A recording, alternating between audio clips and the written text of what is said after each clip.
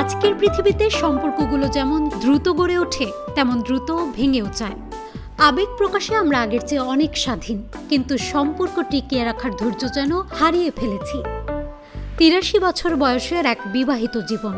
এই দীর্ঘ পথ চলায় ছিল যুদ্ধ, জাতিগত বিভাজন, দূরত্ব, বয়স আর সময়ের সব পরীক্ষাকে পেরিয়ে টিকে থাকা ভালোবাসা। মায়ামির লাইল গিটেন্স ও এলিনর গিটেন্স সম্প্রতি বিশ্বের সবচেয়ে দীর্ঘদিন ধরে বিবাহিত দম্পতি হিসেবে স্বীকৃতি পেয়েছেন। তাদের বিবাহের বয়স ৮৩ বছর।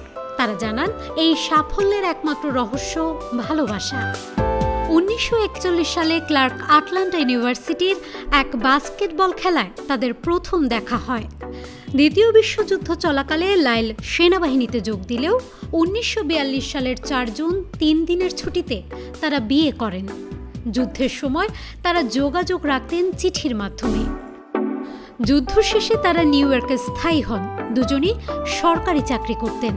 এলিনর পরবর্তীতে ফোর্ডহাম বিশ্ববিদ্যালয় থেকে ডক্টরেট ডিগ্রি অর্জন করেন। বয়সের ভারে এখন তারা মায়ামিতে মেয়ের কাছে বসবাস করছেন। লংবি কোস্ট ওয়েবসাইটের যাচাইয়ে তারা বিশ্বের ইতিহাসে সবচেয়ে দীর্ঘদিন একসঙ্গে থাকা ও সবচেয়ে বয়স্ক দম্পতি হিসেবে স্বীকৃতি পান, যাদের সম্মিলিত বয়স ২১৬ বছর। তাদের জীবনের মূলমন্ত্র একটাই, আমরা এখনো একে অপরকে ভালোবাসি। News desk, Manabzamin.